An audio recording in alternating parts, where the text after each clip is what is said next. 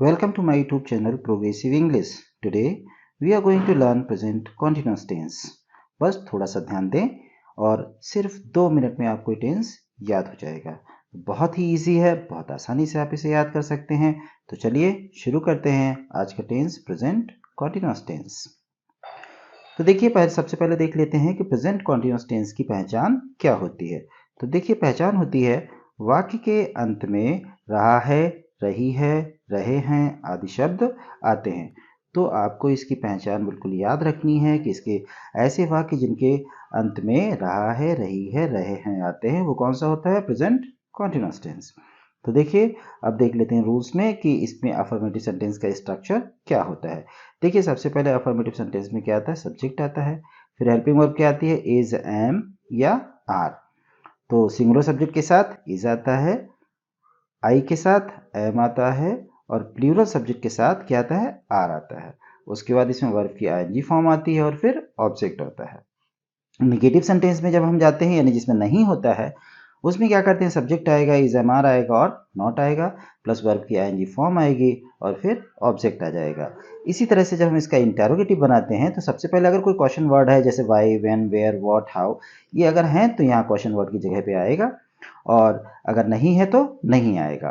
और अगर सेंटेंस फिर भी इंटेरोगेटिव है तो उसमें हम सबसे पहले इज, एम या आर लाएंगे, फिर सब्जेक्ट लाएंगे, और अगर नॉट है तो यहीं पे आएगा, क्योंकि नेगेटिव में जो नॉट का प्लेस होता है वो सब्जेक्ट की तुरंत बाद होता है। इंटेरोगेटिव में जो नॉट का प्लेस होता है वो सब्जेक्ट की तुरंत बाद होता है।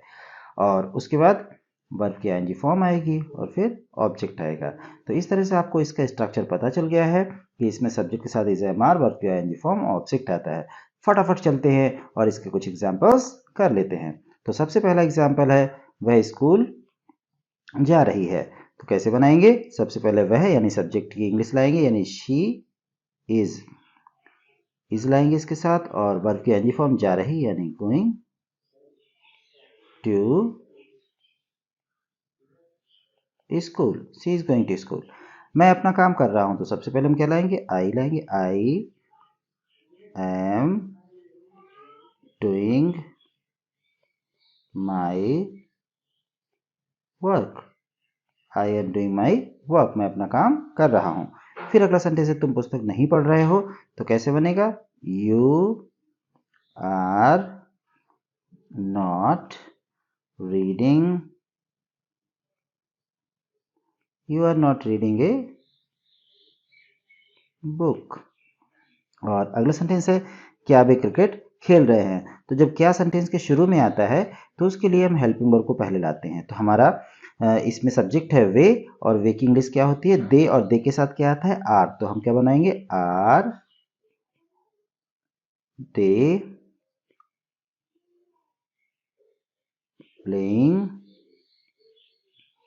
Cricket, are they playing cricket और क्वेश्चन मार्क।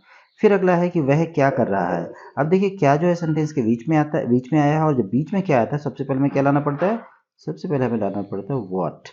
और फिर हमारा सब्जेक्ट क्या है, वह।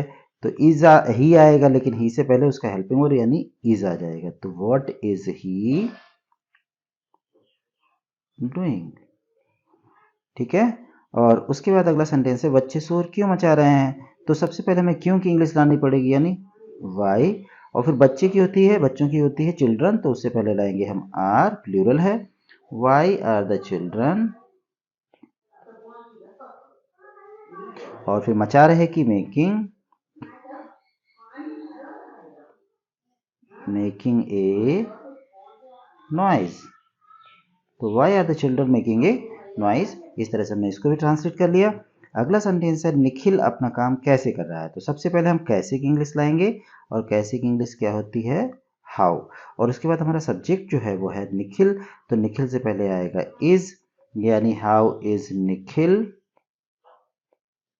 और वर्ब लाएंगे, डू में आईएनजी फॉर्म लगेगा, कर रहा की doing, how is Nikhil doing his, अपना काम यानी हिज वर्क। तो इस तरह से हमने ये समझा कि जो कॉन्टिन्यूस टेंस है हमारा प्रेजेंट कॉन्टिन्यूस टेंस, उसका स्ट्रक्चर क्या होता है, उसमें हेल्पिंग वर्ब कौन सी लगाई जाती है और वर्ब की कौन सी फॉर्म आती है। तो इस तरह से हमने उसके एग्जांपल्स भी कर लिए हैं। उम्मीद करता हूं कि आपको ये टेंस बहुत आसानी से याद हो जाएगा। चलिए मिलते हैं अगले टेंस में। Keep watching, keep learning. Thank you.